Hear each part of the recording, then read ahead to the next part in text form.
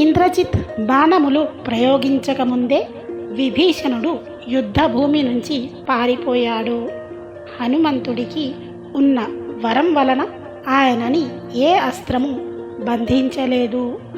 ఆ విభీషణుడు హనుమంతుడు కలుసుకొని, అసలు మన సైన్యంలో ఉన్న పెద్ద పెద్ద వీరులు ప్రాణాలతో ఉన్నారా, ప్రాణాలు విడిచిపెట్టేశారా అని ఒక కాగడా పట్టుకొని ఆ యుద్ధ భూమిలో వెతికారు. ఎందుకంటే ఇంద్రజిత్ అందరినీ కనురెప్పలు కూడా తెరవడానికి వీలు లేకుండా కొట్టేశాడు. అలా వెతుకుతుండగా వాళ్ళకి జాంబవంతుడు కనిపించాడు. అప్పుడు విభీషణుడు, జాంబవంత, నీకు స్పృహ ఉందా? మేము మాట్లాడుతున్నది నీకు అర్థం అవుతుందా అని అడిగాడు. అప్పుడు జాంబవంతుడు మెల్లగా కనురెప్పలు పైకి ఎత్తి, నాయనా, నీ కంఠం చేత గుర్తుపట్టానయ్యా, నువ్వు విభీషణుడివి కదా, హనుమంతుడు ప్రాణాలతో ఉన్నాడా అని అడిగాడు. విభీషణుడు అప్పుడు, నువ్వు పెద్దవాడివి, వానర యోధులందరికీ కూడా నువ్వు తాత వంటి వాడివి, అటువంటి నువ్వు రామలక్ష్మణులు బతికి ఉన్నారా అని అడగకుండా హనుమంతుడు జీవించి ఉన్నాడా అని ఎందుకు అడిగావు అన్నాడు. అప్పుడు జాంబవంతుడు ఇలా అన్నాడు, మొత్తం వానర సైన్యం మరణించని, హనుమంతుడు ఒక్కడు బతికుంటే మళ్ళీ వీళ్ళందరూ బతుకుతారు. మొత్తం వానర సైన్యం బతికి ఉండని, హనుమంతుడు ఒక్కడు చనిపోతే అందరూ చనిపోయినట్టే. హనుమ శక్తి ఏంటో నాకు తెలుసు, హనుమ ఉన్నాడా అని అడిగాడు. వెంటనే హనుమంతుడు జాంబవంతుడి పాదాలు పట్టుకొని, తాత, హనుమ నీకు నమస్కరించుచున్నాడు అన్నాడు. అప్పుడు జాంబవంతుడు, అందరినీ రక్షించగలిగిన వాడివి నువ్వే, ఆలస్యం చేయకుండా ఉత్తర క్షణం బయలుదేరి హిమాలయ పర్వతాలకు వెళ్ళు. అక్కడ కైలాస పర్వతం పక్కన ఓషధి పర్వతం ఒకటి ఉంది. దాని మీద ఉండే మృత సంజీవని, దీని వాసన చూస్తే చనిపోయిన వాళ్ళు బతుకుతారు. విశల్యకరణి, దీని వాసన చూస్తే శరీరంలో బాణపు ములుకులు గుచ్చుకొని ఉంటే అవి కింద పడిపోతాయి. సంధానకరణి, దీని వాసన చూస్తే విరిగిపోయిన ఎముకలు అతుక్కుంటాయి. సౌవర్ణకరణి, దీని వాసన చూస్తే మూర్ఛపోయిన వాళ్ళకి తెలివి వస్తుంది అనే 4 ఔషధులు తీసుకుని రా అన్నాడు. జాంబవంతుడు ఈ మాట చెప్పగానే హనుమంతుడు ఒక పర్వతాన్ని ఎక్కి మెరుపు వెళ్ళినట్టు ఆ పర్వతాన్ని తొక్కేసి ఆకాశంలోకి వెళ్ళిపోయాడు.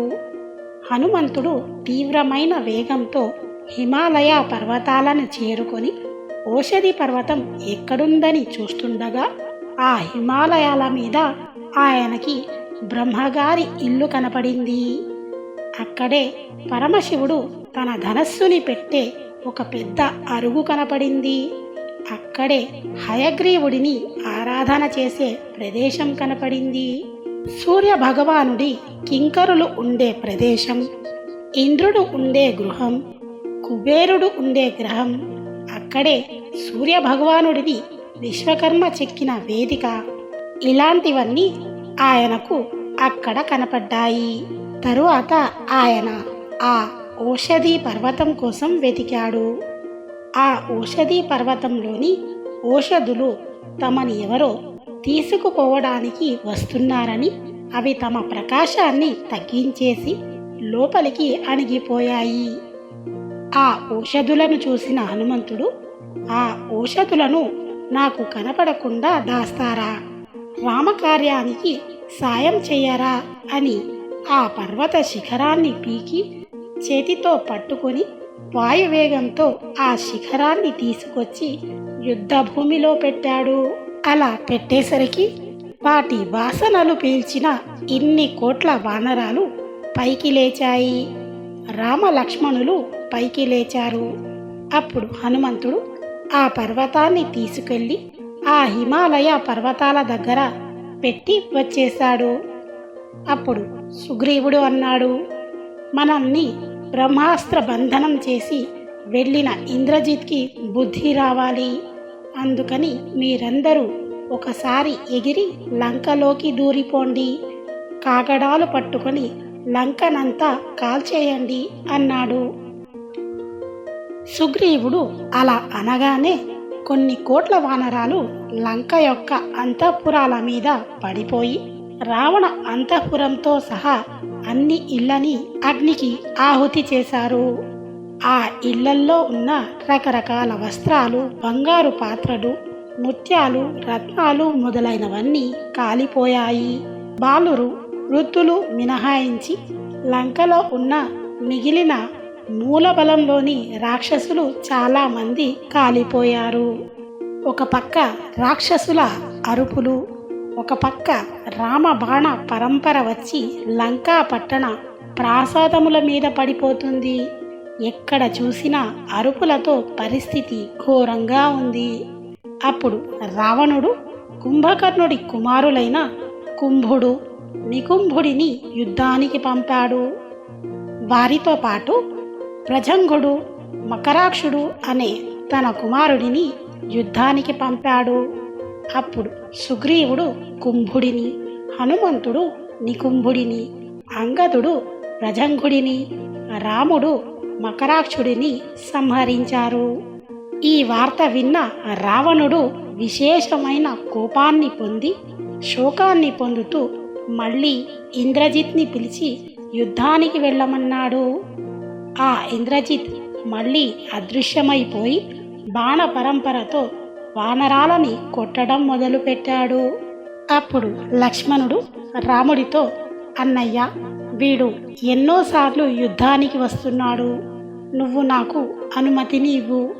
సమస్త రాక్షస జాతి నశించిపోవాలని సంకల్పించి అభిమంత్రించి బ్రహ్మాస్త్రాన్ని విడిచిపెట్టేస్తాను అన్నాడు. అప్పుడు రాముడు, పారిపోతున్న వాడిని, కనపడకుండా మాయాయుద్ధం చేస్తున్న వాడిని, వెన్ను చూపి పారిపోతున్న వాడిని, శరణాగతి చేసిన వాడిని కొట్టకూడదు. పైగా బ్రహ్మాస్త్రం వేస్తే సమస్త భూమండలం క్షోభిస్తుంది.